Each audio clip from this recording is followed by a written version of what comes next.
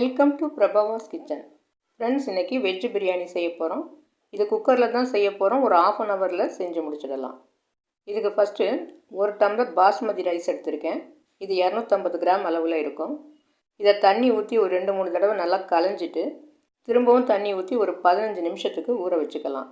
இப்படி ஊற வைக்கிறதுனால பிரியாணி குலையாமல் உதிரி உதிரியாக இருக்கும்.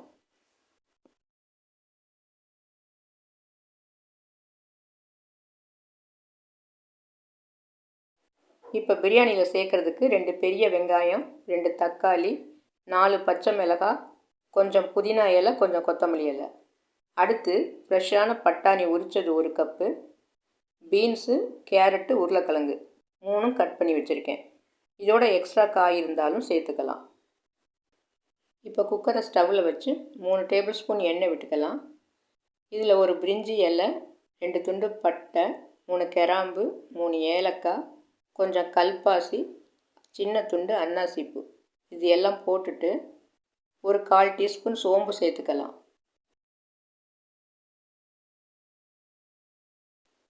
இப்போ இது எல்லாம் பொரிஞ்சதுக்கப்புறம் நீல வாக்கில் கட் பண்ணின வெங்காயத்தை சேர்த்துட்டு பச்சை மிளகாயை லேசாக நுனியில் மட்டும் கீறி விட்டு சேர்த்துக்கலாம்.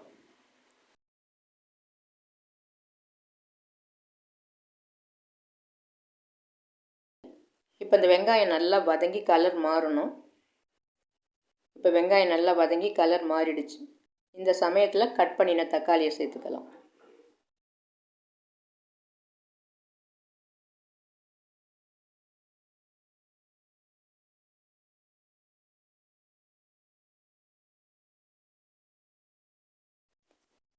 இப்போ தக்காளி நல்லா வதங்கிடுச்சு. இந்த சமயத்தில் இஞ்சி பூண்டு பேஸ்ட்டு 1 டேபிள் ஸ்பூன் சேர்த்துக்கலாம்.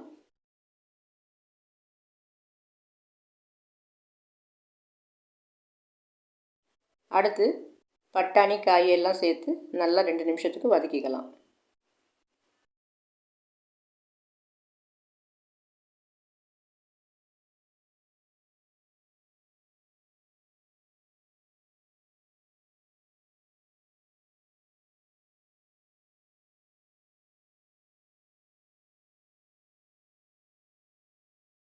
இப்போ காய் கொஞ்சம் வதங்கிடுச்சு. இந்த சமயத்தில் புதினா கொத்தமல்லி இலையும் சேர்த்துக்கலாம்.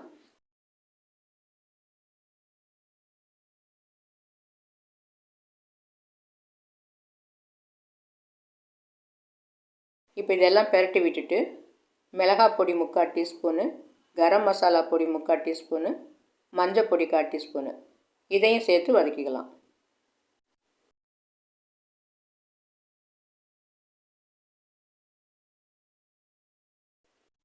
இப்போ 2 டேபிள் ஸ்பூன் தயிர் சேர்த்துக்கலாம். இந்த தயிரோடு சேர்த்து 1 நிமிஷத்துக்கு திரும்பவும் நல்லா வதக்கிக்கலாம்.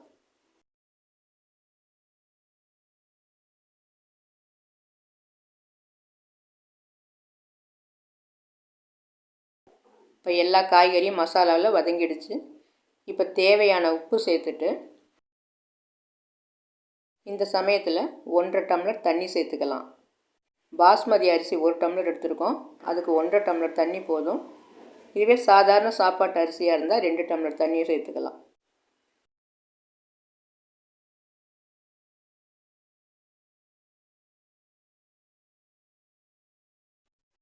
இப்போ எல்லாம் கொதித்து வர்றப்ப தண்ணியை வடிகட்டிட்டு நம்ம அரிசியை சேர்த்துக்கலாம்.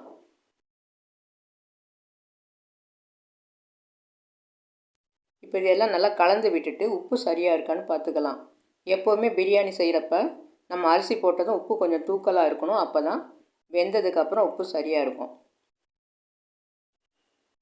இப்போ உப்பு கம்மியாக இருக்கிறதுனால கொஞ்சம் சேர்த்துட்டு திரும்பவும் கிளறி விட்டுட்டு குக்கரை மூடி வெயிட்டு போட்டு ஹை ஃப்ளேமில் 1 விசில் வர்ற வரைக்கும் வைக்கலாம். 1 விசில் வந்ததுக்கப்புறம் 2 நிமிஷம் சிம்மில் வச்சா போதும்.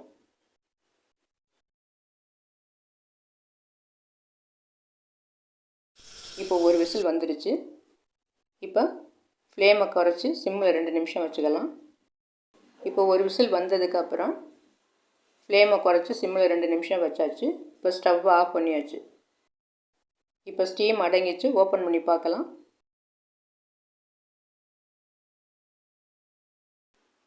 இப்போ பிரியாணி அரிசியாகவும் இல்லாமல் குழஞ்சி போயும் இல்லாமல் சரியான பதத்தில் இருக்குது.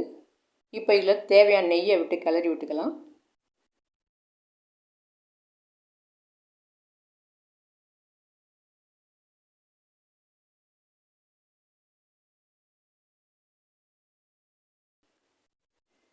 அடுத்து இப்போ இதில் நெய்யில் பொரித்த கொஞ்சம் ப்ரெட்டை சேர்த்துக்கலாம். எப்போவுமே வெஜ்ஜு பிரியாணிக்கு ப்ரெட்டு சேர்த்தோம்னா ரொம்ப டேஸ்டியாக இருக்கும். இது ஆப்ஷனல் தான், உங்களுக்கு தேவையில்லைன்னா விட்டுடலாம்.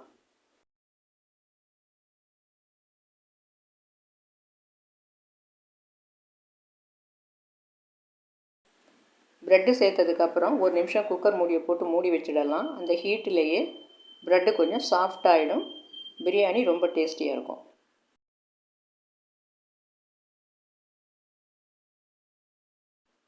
இப்போ சர்வ் பண்ண வேண்டியது தான்.